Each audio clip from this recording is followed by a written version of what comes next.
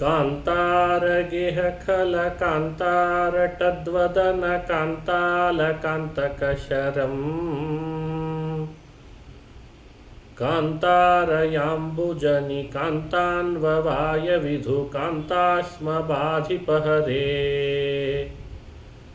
ಕಾಂತಾಲಿಲೋಲದಲ ಕಾಂತಾಭಿಶೋಭಿತಿಲ ಕಾಂತಾ ಭವಂತು ಮನುಸಾ ಕಾಂತಾನುಯಾನಿ ಕಾಂತಾನುಯಾನಜಿತ ಕಾಂತಾರ ದುರ್ಘಟಕ ರಾಮಾತ್ವವತು ಮಾಂ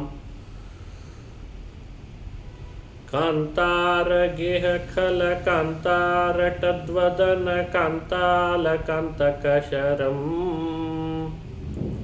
ಕಾಂತಾರಯಾಂಬುಜನಿ ಕಾಂತಾನ್ವವಾಯ ವಿಧು ಕಾಂತಾಶ್ಮಬಾಧಿಪಹರೇ ಕಾಂತಾಲಿಲೋಲದಲ ಕಾಂತಾಭಿಶೋಭಿತಿಲ ಕಾಂತಾ ಭವಂತು ಮನುಸಾ ಕಾಂತಾನುಯಾನಜಿತ ಕಾಂತಾರ ದುರ್ಘಟಕ ಕಾಂತಾರಮಾತ್ವವತು ಮಾಂ. 15ನೇ ಶ್ಲೋಕ ಪಾಠ ಆಗ್ತಾ ಇದೆ. ಸೀತಾದೇವಿಯನ್ನು ರಕ್ಷಣೆ ಮಾಡುವಂತ ಪ್ರಾರ್ಥನೆ ಮಾಡ್ತಾ ಇದ್ದಾರೆ. ರಮಾ ಮಾಂ ಅವತು. ರಮಾ ಲಕ್ಷ್ಮೀದೇವಿಯು, ಸೀತಾದೇವಿಯು ನನ್ನನ್ನು ರಕ್ಷಿಸಲಿ, ಹೀಗೆ ಪ್ರಾರ್ಥನೆ ಈ ಶ್ಲೋಕದಲ್ಲಿ ಕಂಡು ಬರ್ತಾ ಇದೆ. ಪದವಿಭಾಗ ಪದಾರ್ಥ ಚಿಂತನೆ ಮಾಡೋಣ.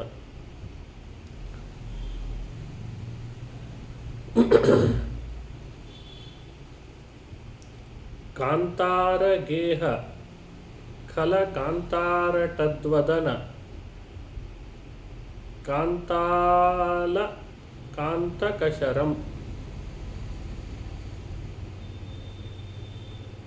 ಕಾಂತಾ ಅರ ಯಾ ಅಂಬುಜನಿ ಕಾಂತಾನ್ವವಾಯ ವಿಧು ಅಂಬುಜನಿ ಕಾಂತಾನ್ವವಾಯ ವಿಧು ಕಾಂತಾಶ್ಮ ಬಾಧಿಪಹರೇ. ಅದು ಸಮಸ್ತ ಪದ.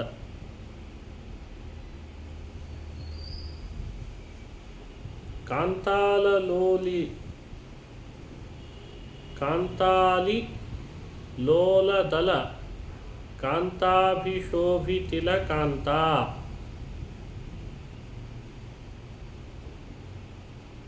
ಭವಂತಂ ಅನು ಸಾ ಕಾಂತಾನುಯಾನಜಿತ ಕಾಂತಾರ ದುರ್ಗಕಟ ಕಾಂತಾ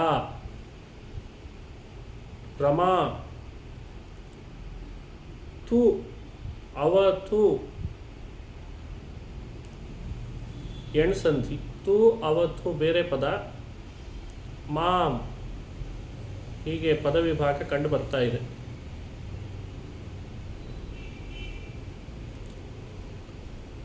ಕಾಂತಾರ ಗೇಹ ಖಲ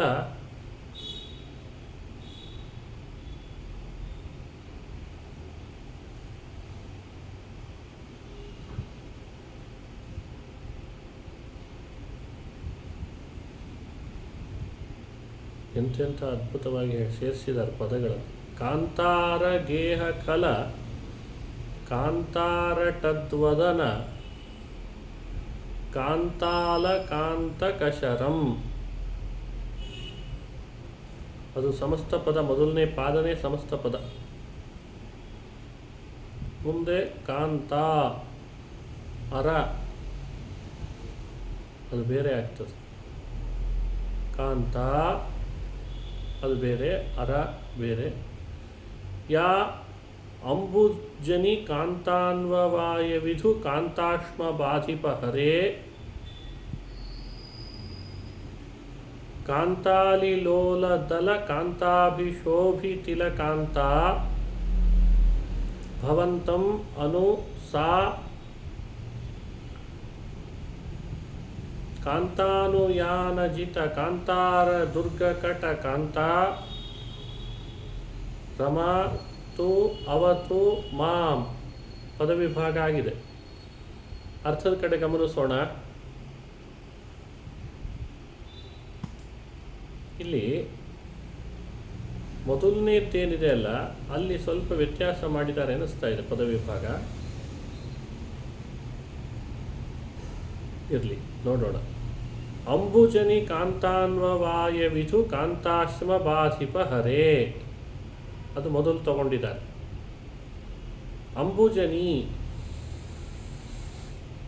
ಅಂಬುಜನಿ ಅಂತಂದರೆ ಕಮಲಗಳು. ಅಂಬು ಅಂದರೆ ನೀರು, ಅವುಗಳಲ್ಲಿ ಹುಟ್ಟುತ್ತಾವಾದ್ದರಿಂದ ಅಂಬುಜನಿ ಅಂದರೆ ಕಮಲ. ಅಂತಹ ಕಮಲಗಳಿಗೆ ಕಾಂತ ಬಂಧುವಾದ, ಕಮಲ ಬಂಧು ಅಂದರೆ ಸೂರ್ಯ, ಕಾಂತ ಅಂಬುಜನಿ ಕಾಂತ ಅಂದರೆ ಸೂರ್ಯ ಅಂತ ಅರ್ಥ ಬಂತು. ಅವನ ಅನ್ವಯ ವಂಶದ, ಅನ್ವಯ ಶಬ್ದಕ್ಕೆ ವಂಶ ಅಂತ ಅರ್ಥ ಇದೆ. ಆ ವಂಶಕ್ಕೆ ವಿಧು ಕಾಂತಾಶ್ಮ, ವಿಧು ಕಾಂತ ಅಂದರೆ ಚಂದ್ರಕಾಂತ ಮಣಿ, ವಿಧು ಕಾಂತಾಶ್ಮ ಅಂದರೆ ಚಂದ್ರಕಾಂತ ಮಣಿಯಂತೆ, ಅಶ್ಮ ಅಂದರೆ ಕಲ್ಲು, ಚಂದ್ರಕಾಂತ ಮಣಿಯಂತೆ ಅಂತ ಇಷ್ಟರ್ಥ. ಚಂದ್ರಕಾಂತ ಮಣಿಯ ಭಾಪ, ಭಾ ಅಂದರೆ ನಕ್ಷತ್ರಗಳು, ಪ ಅಂದರೆ ರಕ್ಷಿಸುವ, ಒಡೆಯನಾದ, ನಕ್ಷತ್ರ ಒಡೆಯ ಚಂದ್ರ, ಚಂದ್ರಕಾಂತ ಮಣಿಯ ಮತ್ತು ಭಾಪ ಅಂದರೆ ಬಾಧಿಪ, ಬಾಧಿಪ, ಅಧಿಪ, ಬರೀ ಭಾಪ ಅಲ್ಲ, ಅಧಿಪ, ನಕ್ಷತ್ರಾಧಿಪತಿಯಾದಂಥ ಚಂದ್ರನಂತೆ, ಬಾಧಿಪ ಹರೇ, ಚಂದ್ರನಂತೆ ಇರುವವನೇ ಅಂತ ಅರ್ಥ. ಹೇ ಹರೇ, ಬಾಧಿಪ ಹರೇ, ಇರುವಂತಹ ಹರೇ ಶ್ರೀರಾಮಚಂದ್ರನೇ.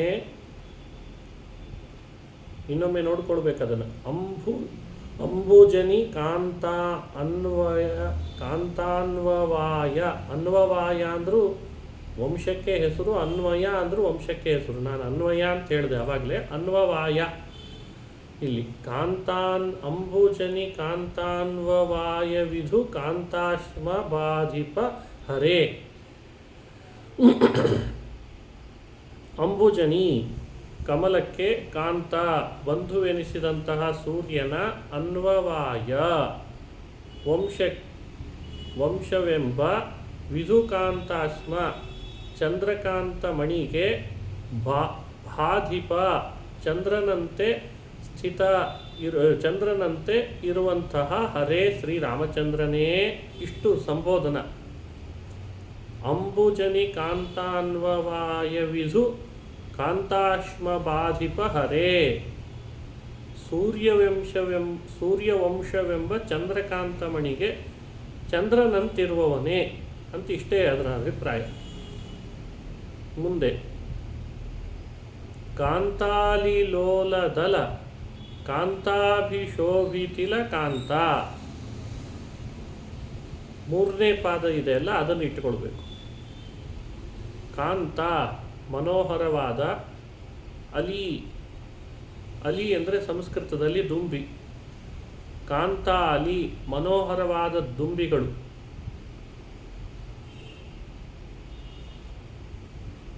ಆ ದುಂಬಿಗಳಂತೆ ಲೋಲ ಚಂಚಲವಾದಂತಹ ಅಲಕ, ಅಲಕ ಅಂದರೆ ಈ ಗುಂಗುರು ಮುಖ ತುಂಬ ಗುಂಗುರು ಕೂದಲುಗಳು, ಅದನ್ನು ಹೇಳಬೇಕಾಗಿದೆ. ಅಲಕ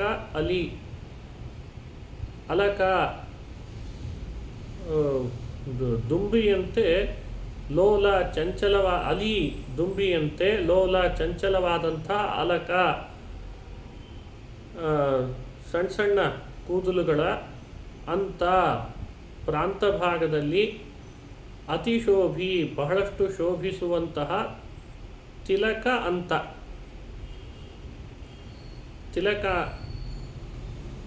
ತಿಲಕಾಂತ ತಿಲಕ ಅಂದ್ರೆ ತಿಲಕಾಂತ ಪ್ರಾಂತ ಭಾಗ ಉಳ್ಳವಳು ಅಂತ ಅರ್ಥ.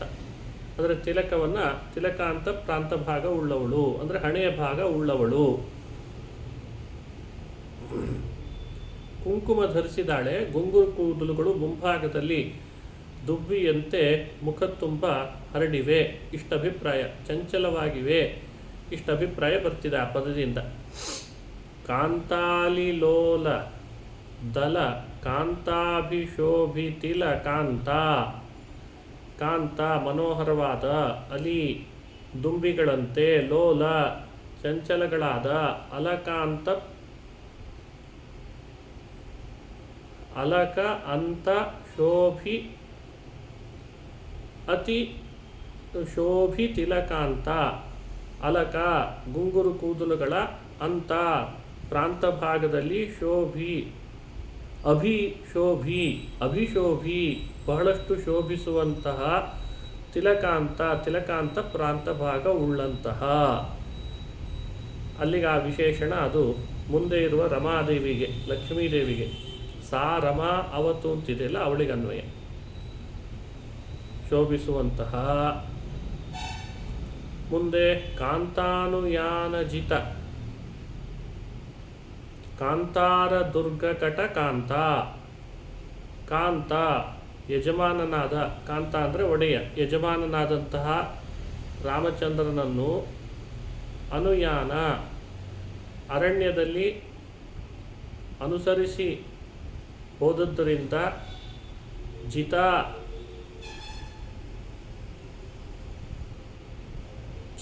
ದುರ್ಗ ಕಟಕಾಂತ. ಜಿತ ಅಂತಂದರೆ ಗೆಲ್ಲಲ್ಪಟ್ಟಂತಹ,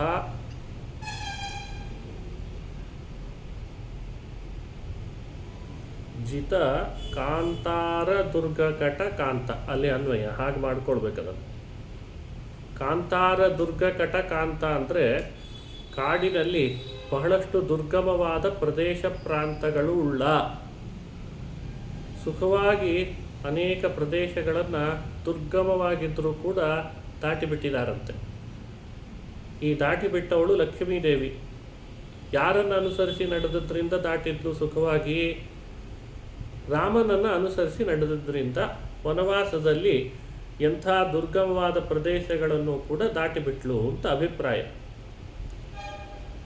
ಗಂಡನನ್ನು ಅನುಸರಿಸಿದಂಥ ಪತ್ನಿ ಎಷ್ಟು ದುರ್ಗಮವಾದ ಪ್ರದೇಶ ಪ್ರಾಂತಗಳನ್ನು ದಾಟ್ತಾಳೆ ಸುಖವಾಗಿ ಅಂತಂದಕ್ಕೆ ಈ ಅಭಿಪ್ರಾಯ ಹೇಳಬೇಕಾಗಿದೆ. ಕಾಂತ ಅನುಯಾನ ಜಿತ ಕಾಂತಾರ ದುರ್ಗಕಟ ಕಾಂತ. ಕಾಂತ ಯಜಮಾನ ರಾಮಚಂದ್ರನನ್ನು ಅನುಯಾನ ಅರಣ್ಯದಲ್ಲಿ ಅನುಸರಿಸಿ ನಡೆದದ್ರಿಂದ ಜಿತ ಸುಖದಿಂದ ಹೊಂದಲ್ಪಟ್ಟ ಕಾಂತಾರ ದುರ್ಗಕಟ ಕಾಂತ. ಕಾಂತಾರ ಅಂದರೆ ವನ, ವನದಲ್ಲಿರುವಂತಹ ದುರ್ಗಮವಾದ ಕಟಕಾಂತ ಬೆಟ್ಟಗುಡ್ಡಗಳ ಪ್ರಾಂತ ಉಳ್ಳ. ಸುಲಭವಾಗಿ ದಾಟಿದಾಳೆ ಅಂತಹ ಉಳ್ಳಂತಹ ಸಾ ಕಾಂತ.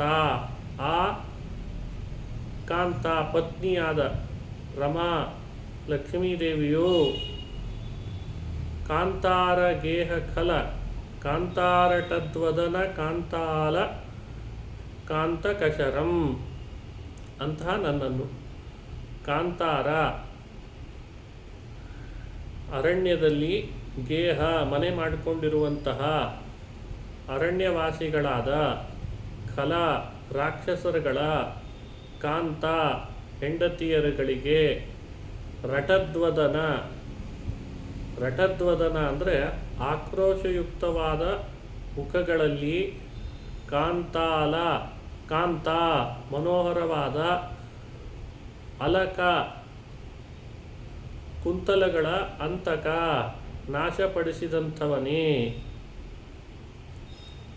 ನಾಶಪಡಿಸಿದಂತಹ ಶರಂ ಬಾಣವುಳ್ಳಂತಹ ಭವಂತಂ ನಿನ್ನನ್ನು ಯಾವ ಲಕ್ಷ್ಮೀದೇವಿಯು ಅರ ಅನುಸರಿಸಿ ನಡೆದಳೋ ಸಾ ಅಂತಹ ರಮಾ ಲಕ್ಷ್ಮೀದೇವಿಯು ಮಾಂ ನನ್ನನ್ನು ಅವತು ರಕ್ಷಿಸಲಿ. ಇಷ್ಟು ಪದಪದದ ಅರ್ಥ. ಇನ್ನೊಮ್ಮೆ ಪದಪದಾರ್ಥ ನೋಡ್ಕೊಳ್ಳೋಣ. ಅಂಬುಜನಿ ಕಾಂತಾನ್ವವಾಯ ವಿಧು ಕಾಂತಾಶ್ಮ ಬಾಧಿಪ ಹರೇ. ಅಂಬುಜನಿ ಕಾಂತ ಕಮಲಬಂಧುವಾದ ಸೂರ್ಯನ ಅನ್ವವಾಯ ವಂಶವೆಂಬ ವಿಧುಕಾಂತಾಶ್ಮ ಚಂದ್ರಕಾಂತ ಮಣಿಗೆ ಬಾಧಿಪ ಚಂದ್ರನಂತೆ ಇರುವ ಬಾಧಿಪ ಹರೇ ಚಂದ್ರನಂತಿರುವ ವಿಷ್ಣುವಿನ ಅವತಾರನಾದ ಹೇ ರಾಮಚಂದ್ರನೇ. ಕಾಂತಾಲಿಲೋಲದಲ ಕಾಂತಾಭಿಶೋಭಿತಿಲ ಕಾಂತ ಕಾಂತ ಮನೋಹರಗಳಾದ ಅಲಿ ದುಂಬಿಗಳಂತೆ ಲೋಲ ಚಂಚಲಗಳಾದ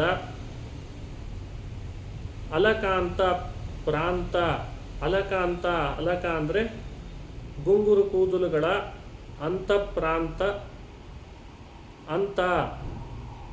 ಪ್ರಾಂತ ಭಾಗದಲ್ಲಿ ಶೋಭಾಯಮಾನವಾದ ತಿಲಕ ಪ್ರಾಂತ ಭಾಗ ಉಳ್ಳ ಅಂದರೆ ಹಣೆ ಭಾಗ ಉಳ್ಳ.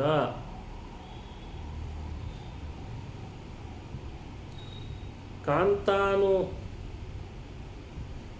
ಯಾನಜಿತ ಕಾಂತಾರ ದುರ್ಗಕಟ ಕಾಂತ ಯಜಮಾನನಾದ ರಾಮಚಂದ್ರನನ್ನು ಅನುಯಾನ ಅರಣ್ಯದಲ್ಲಿ ಅನುಸರಿಸಿ ನಡೆದದ್ರಿಂದ ಜಿತ ಸುಖವಾಗಿ ಹೊಂದಲ್ಪಟ್ಟ ಕಾಂತಾರ ದುರ್ಗಕಟ ಕಾಂತ ಕಾಡಿನ ದುರ್ಗಮವಾದ ಪ್ರದೇಶ ಪ್ರಾಂತ ಭಾಗ ಉಳ್ಳ. ಯಾವ ಕಾಂತ ನಿನ್ನ ಪತ್ನಿಯಾದಂತಹ ರಮಾ ಲಕ್ಷ್ಮೀದೇವಿ ಇದ್ದಾಳೋ ಅವಳು ಕಾಂತಾರ ಗೇಹ ಖಲ ಕಾಂತಾರಟದ್ವದನ ಕಾಂತಾರ ಕಾಂತಕಶರಂ ಭವಂತಂ ಕಾಂತಾರ ಗೇಹ ಅರಣ್ಯವನ್ನೇ ಮನೆ ಮಾಡಿಕೊಂಡ ಖಲ ದುಷ್ಟರಾದ ರಾಕ್ಷಸರ ಕಾಂತ ಪತ್ನಿಯರ ರಾಕ್ಷಸೀಯರ ರಟದ್ವದನ ಆಕ್ರೋಶ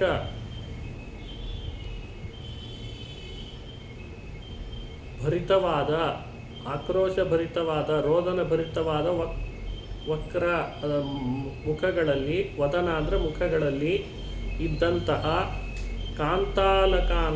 ಕಾಂತಾಲಕ ಮನೋಹರವಾದ ಕುಂತಲಗಳ ಅಂತಕ ನಾಶ ಮಾಡಿದಂತಹ ಶರ ಬಾಣವುಳ್ಳ ಭವಂತಂ ನಿನ್ನನ್ನು ಅನುಸರಿಸಿ ನಡೆದಳೋ ಸಾ ಅಂತಹ ಆ ಲಕ್ಷ್ಮೀದೇವಿಯು ಮಾಂ ನನ್ನನ್ನು ಅವತು ರಕ್ಷಿಸಲಿ. ಇಷ್ಟು ಪದವಿಭಾಗ ಪದಪದಾರ್ಥ ಅನ್ವಯ ಅನುಸಂಧಾನ ಮಾಡಿದ್ವಿ. ಭಾವಾರ್ಥ ಏನು ಅಂದರೆ ಸೂರ್ಯವಂಶದಲ್ಲಿ ಶ್ರೀರಾಮಚಂದ್ರ ಅವತಾರ ಮಾಡಿದ. ಸೂರ್ಯವಂಶ ಅದು ಒಂದು ಚಂದ್ರಕಾಂತ ಮಣಿ ಶೋಭಿಸಬೇಕಾದ್ರೆ ಚಂದ್ರನ ಬೆಳದಿಂಗಳು ಬೇಕು. ಚಂದ್ರ ಯಾರು?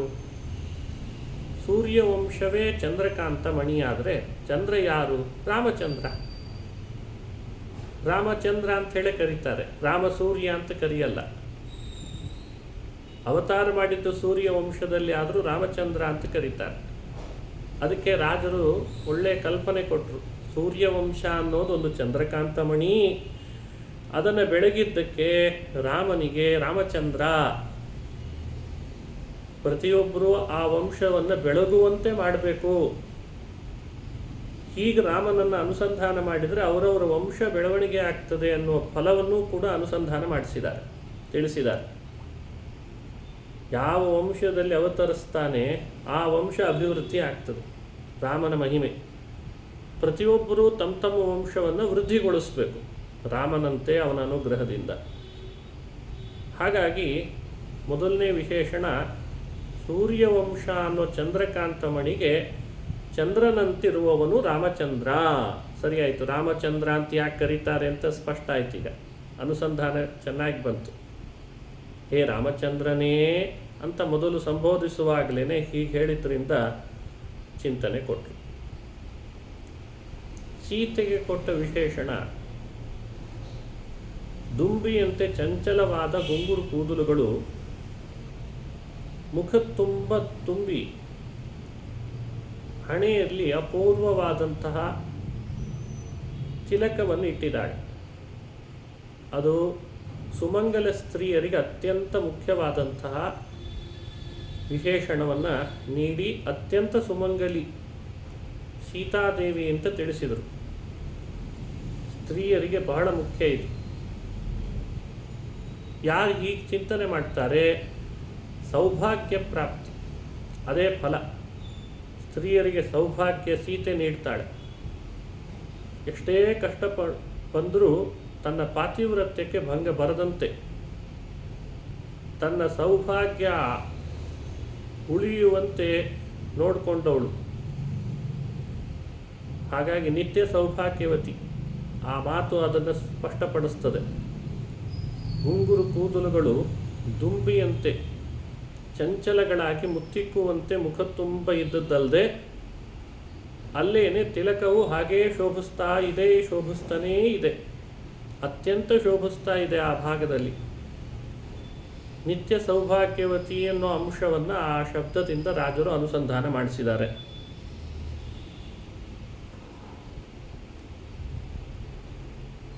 ಎಂಥ ದುರ್ಗಮವಾದ ಅರಣ್ಯ ಭಾಗಗಳನ್ನು ವನವಾಸದಲ್ಲಿ ಬೆಟ್ಟ ಗುಡ್ಡ ಎಲ್ಲ ಭಾಗಗಳನ್ನು ವನವಾಸದಲ್ಲಿದ್ದಾಗ ದಾಟಿ ಬಿಡ್ತಾಳೆ, ಸುಖವಾಗಿ ದಾಟ್ತಾಳೆ. ಕಾರಣ ಯಜಮಾನನನ್ನು ಅನುಸರಣೆ ಮಾಡಿದ್ದು. ಪತಿಯನ್ನು ಅನುಸರಣೆ ಮಾಡಿದಂತಹ ಪತ್ನಿ ಎಂಥ ದುರ್ಗಮವಾದ ಪ್ರದೇಶಗಳನ್ನು ಸುಖವಾಗಿ ದಾಟಬಹುದು ಅಂತ ಸೀತೆ ಸಮಾಜಕ್ಕೆ ಸಂದೇಶ ನೀಡ್ತಾಳೆ. ಅದನ್ನು ಸೇರಿಸಿ ಹೇಳಿದ್ದಾರೆ.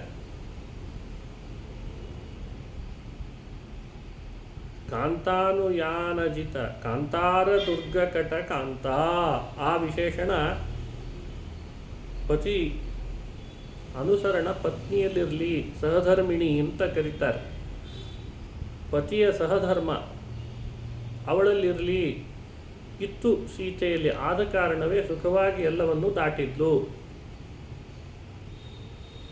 ಹೀಗೆ ಪಾತಿವ್ರತ್ಯ ಪತ್ನಿಗೆ ಇರಬೇಕಾದಂಥದ್ದು ಸೀತೆಯಲ್ಲಿದ್ದದ್ದನ್ನು ಅನುಸಂಧಾನ ಮಾಡಿಸಿ ಸ್ತ್ರೀಯರಿಗೆಲ್ಲ ಆ ಪಾತಿವ್ರತ್ಯದ ಬಗ್ಗೆ ಸಂದೇಶವನ್ನು ನೀಡುತ್ತಾರೆ ಆ ವಿಶೇಷಣದಿಂದ.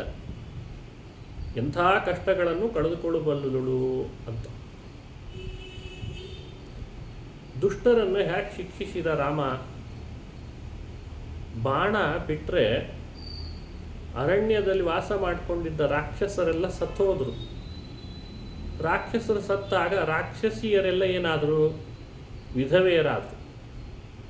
ಆ ರಾಕ್ಷಸಿಯರು ಅಂದರೆ ರಾಕ್ಷಸ ಪತ್ನಿಯರು. ಅವರ ಮುಖದಲ್ಲಿ ಆಕ್ರೋಶ, ರೋದನ ಉಂಟಾಗಿ ಅವರ ತಲೆ ತುಂಬ ಇದ್ದಂಥ ಕೂದಲುಗಳು ನಾಶ ಆಯಿತು. ರಾಮನ್ ಬಾಣ ನಾಶ ಮಾಡಿದ್ದು ಬರೀ ರಾಕ್ಷಸರನ್ನಲ್ಲ, ರಾಕ್ಷಸರ ಸಾವಿಗೆ ಫಲ ಏನು? ರಾಕ್ಷಸಿಯರು ರೋದನ ಮಾಡಿ ತಲೆಗೂದಲೆಲ್ಲ ಕತ್ತರಿಸೋ ಹಾಗಾಯ್ತಲ್ಲ. ಹಾಗಾಗಿ ರಾಮನ ಬಾಣ ಮಾಡಿದ ಕಾರ್ಯ ಇಂಥದ್ದು ಅಂತ ಭಾರಿ ಅದ್ಭುತವಾಗಿದೆ ಈ ಕಲ್ಪನೆ. ಅರಣ್ಯವಾಸಿಗಳಾದ ರಾಕ್ಷಸರನ್ನು ಕೊಂದದ್ರಿಂದ ರಾಕ್ಷಸನ ಪತ್ನಿಯರ ತಲೆಗೂದಲುಗಳು, ಗುಂಗುರು ಕೂದಲುಗಳೆಲ್ಲ ನಾಶ ಆಯಿತು. ಅಂದರೆ ರಾಕ್ಷಸರು ಸತ್ತ ಮೇಲೆ ರಾಕ್ಷಸಿಯರು ರೋದನ ಮಾಡಿ ಆಕ್ರೋಶದಿಂದ ಅವರ ಮುಖದ ಸೌಂದರ್ಯ ಎಲ್ಲ ಕೆಡಿಸ್ಕೊಂಡು ಅವರ ಕೂದಲುಗಳು ಕತ್ತರಿಸೋ ಹಾಗೆ ಮಾಡಿತು. ಅದು ರಾಮನ ಬಾಣನೆ ಮಾಡಿದ್ದಲ್ಲ. ಎಂಥ ಅದ್ಭುತ ಇದೆ ಇದು. ಅಂಥ ರಾಮ, ಆ ರಾಮನನ್ನು ಅನುಸರಿಸ್ತಾಳೆ, ಯಾವತ್ತಿದ್ರೂ ಅನುಸರಿಸ್ತಾಳೆ.